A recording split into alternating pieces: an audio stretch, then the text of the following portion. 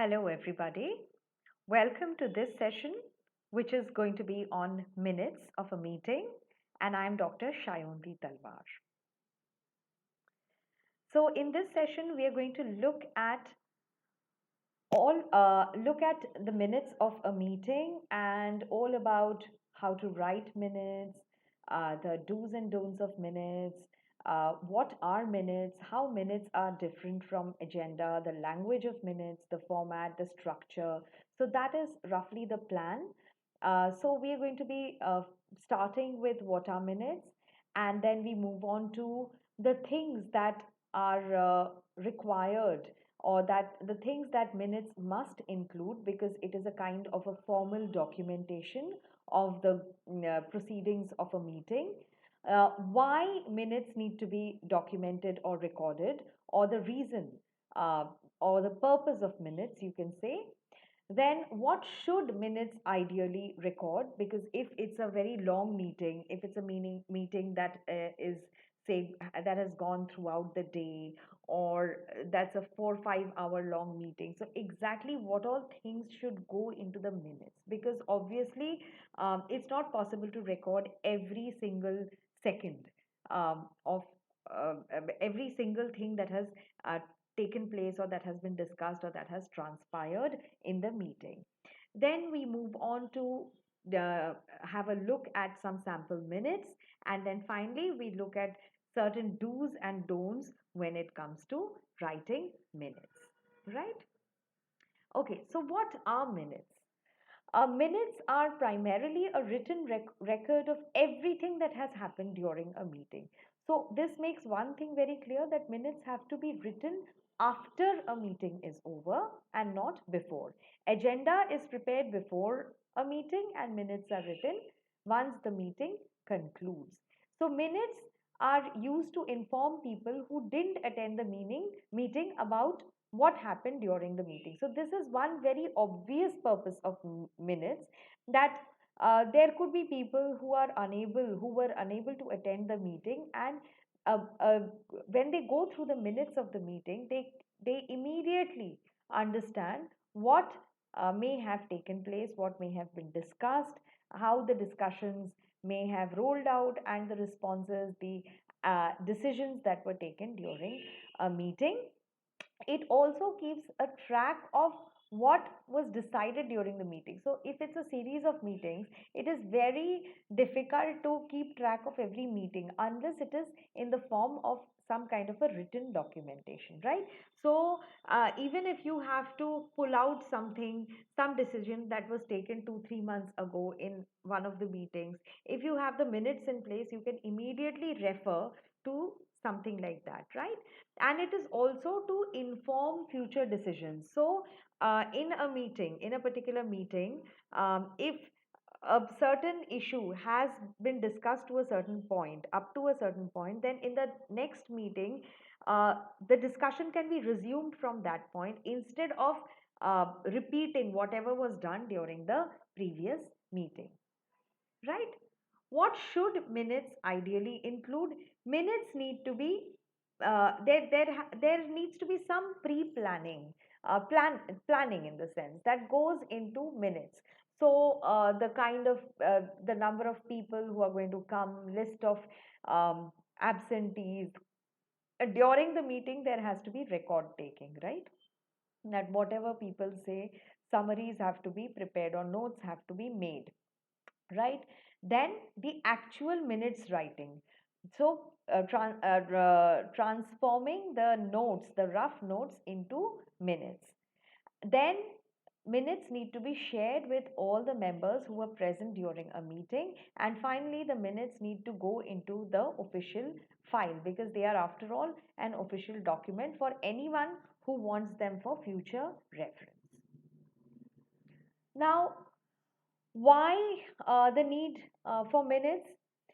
To record the decisions that were taken, the motions that were made, the votes that were garnered, the steps that are going to be planned, right? Then the action points that were discussed, or that were identified. Then It could be about notifying or reminding other people, either people who are present or people who are absent, as to what each needs to do and giving them a timeline, right? So these are the reasons why minutes are essential. Now let's look at what should minutes ideally record, right? So the first thing that the minutes should have is date and time of the meeting, followed by purpose of the meeting if there is a purpose, or it could even be the subject of the meeting, right?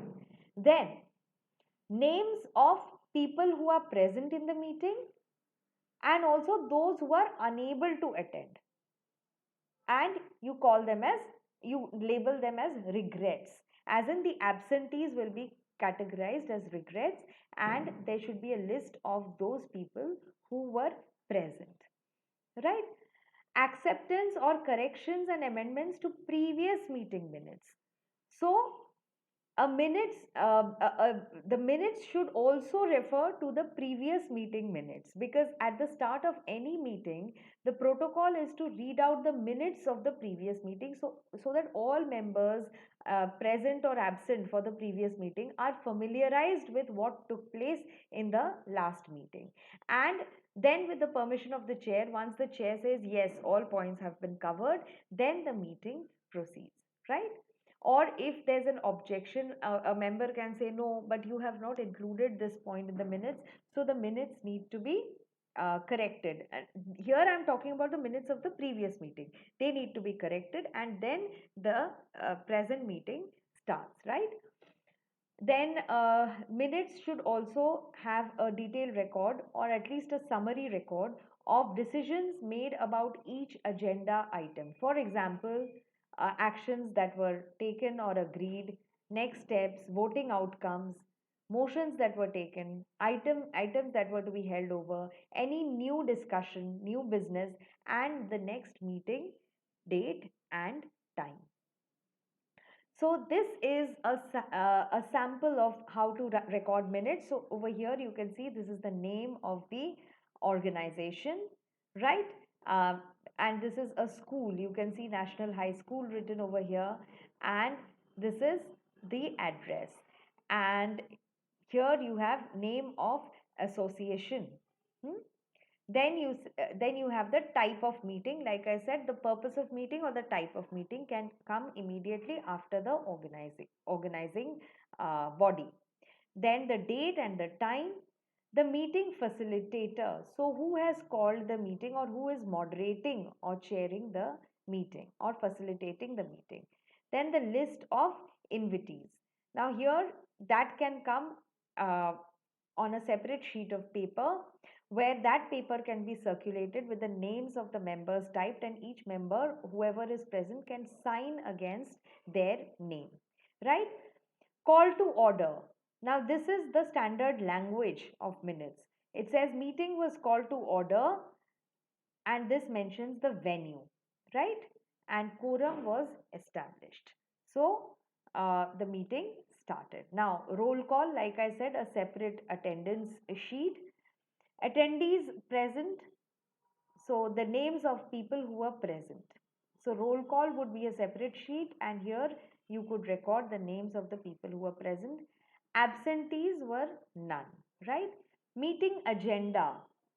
So minutes should also have the agenda, but in brief, absolutely cryptic agenda to discuss the PTMS MNHS intramurals, to designate. So look at the language: to discuss, to designate, to deliberate over the activities and games to be included in school intramurals, right? To designate chairman and vice chairman for the said event.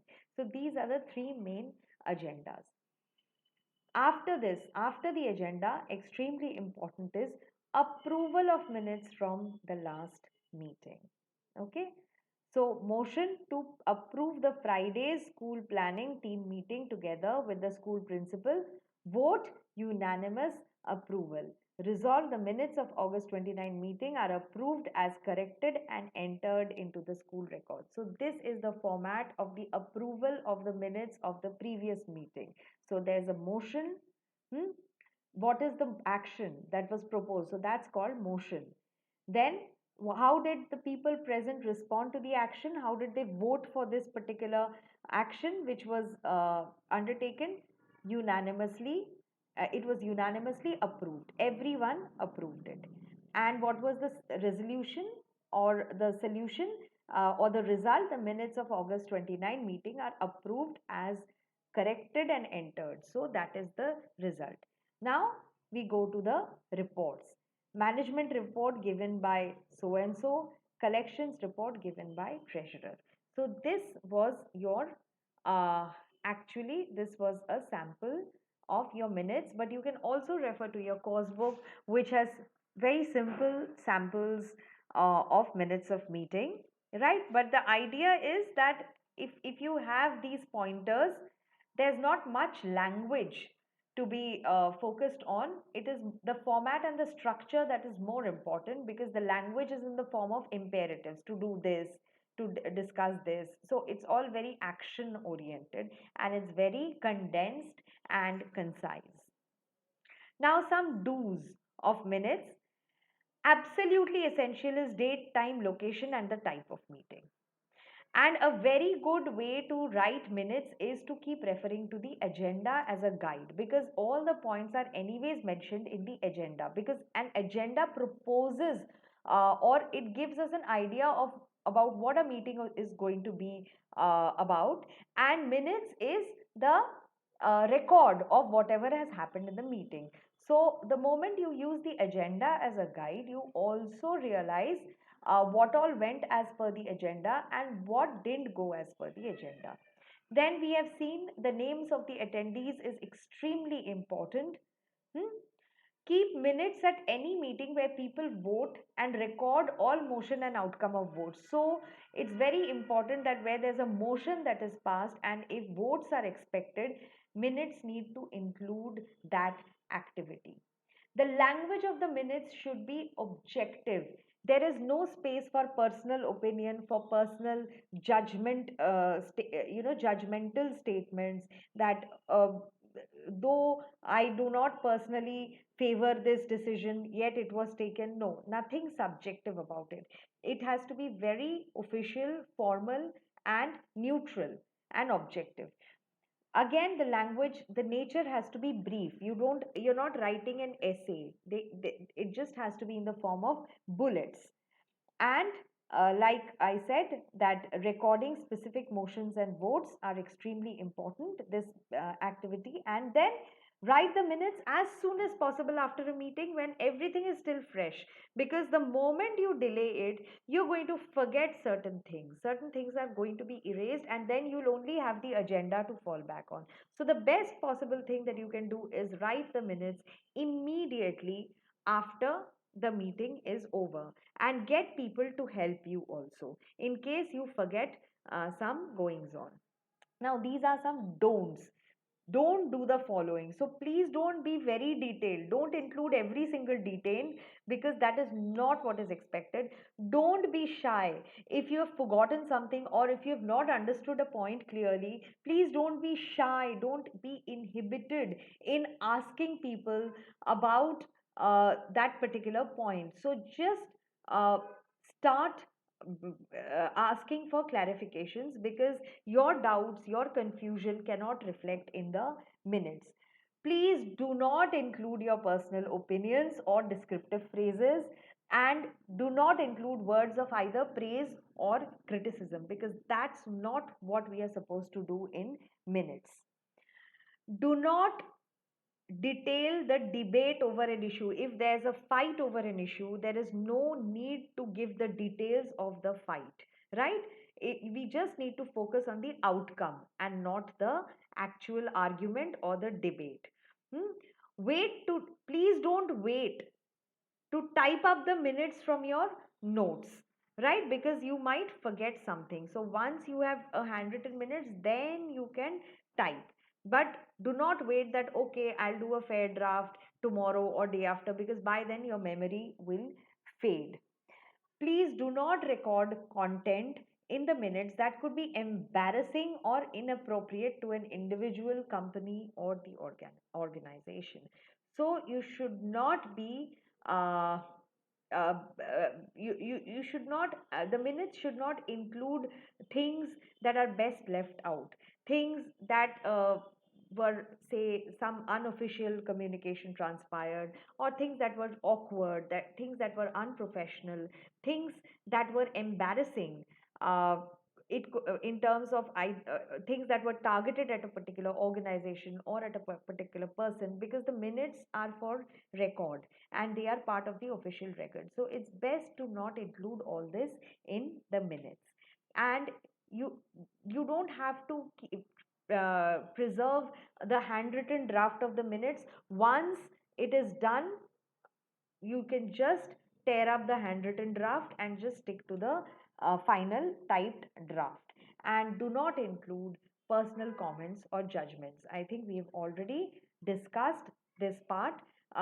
So I'm reinforcing it. Minutes should be neutral, they should be objective, they should be concise, they should follow the structure and the format which I have shared with you, and language should be minimalistic, nothing flowery, nothing very subjective about it, nothing too descriptive, right? So that was minutes for you. And I hope you found the session useful.